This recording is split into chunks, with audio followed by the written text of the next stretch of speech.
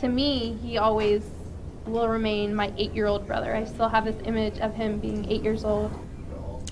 Now on the news at 11, we are learning new information about the 17-year-old Indiana boy who died while trying to set a new world record. Horace Suleiman's plane crashed late last night, 23 miles off the coast of American Samoa.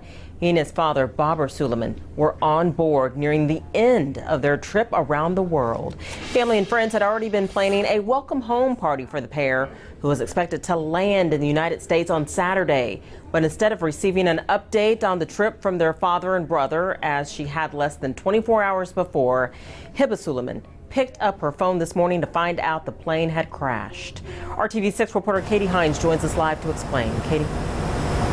Erica, the pair crashed on the last leg of their 25,500-mile trip. Hiba Suleiman says they knew the dangers, but they had prepared with survival training and other tools and techniques. And she says this trip had been months in the making.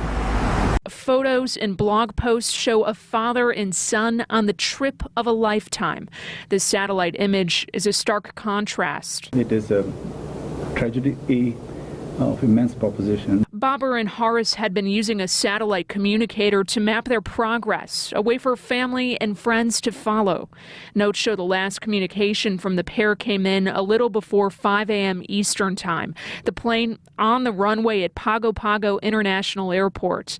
Hiba Suleiman was attending a conference in Washington, D.C. when she received a text from her mother this morning. I called her and she just said, "Don't panic," but their plane went down and they found Horace.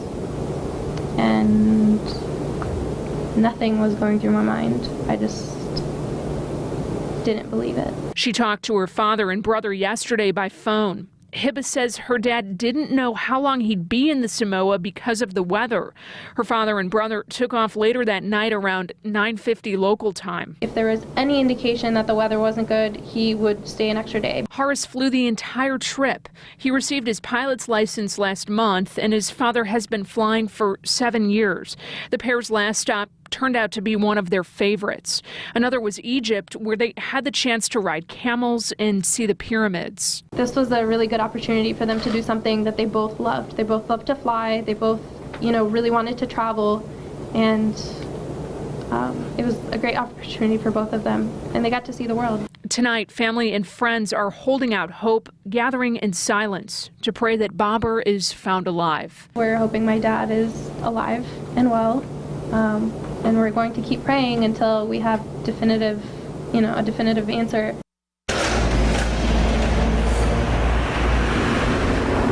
Horace had been preparing for his senior year at Plainfield High School. His sister tells us that he was preparing also to take the SAT, then planned to apply to colleges to enter into engineering programs. That would also allow him to follow in his father's footsteps. Reporting live, Katie Hines, RTV6. Some great strength from his sister. While Horace's friends and family have been telling us about how kind and amazing he was, we are also learning about him through his time on social media. The teen was documenting all of his stops on the trip through Twitter and Instagram. He posted pictures like these showing his time in cities around the world. One of his last posts was this picture with the caption of "the beauty of Pago Pago." He also tweeted, "Pago Pago is without a doubt top 5 places I've been this summer." In addition to setting a world record, the Suleimans wanted to raise money for a charity that was close to their hearts. A family friend confirms the pair had already raised $500,000 for the Citizens Foundation. The organization funds schools and education programs for underprivileged children in Pakistan. We were just ecstatic about the fact that we could work with such an amazing cause, and they would be able to do, my dad would be able to fulfill this dream that he's talked about for years, honestly, about wanting to go on this trip. Hiba Suleiman tells us her family has been involved with the Citizens Foundation for 7 years.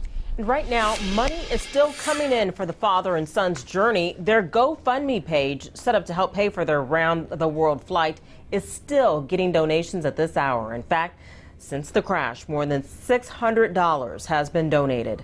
One person wrote, "God bless you both. We are heartbroken to hear about the accident, and we want to contribute just a little towards the good cause."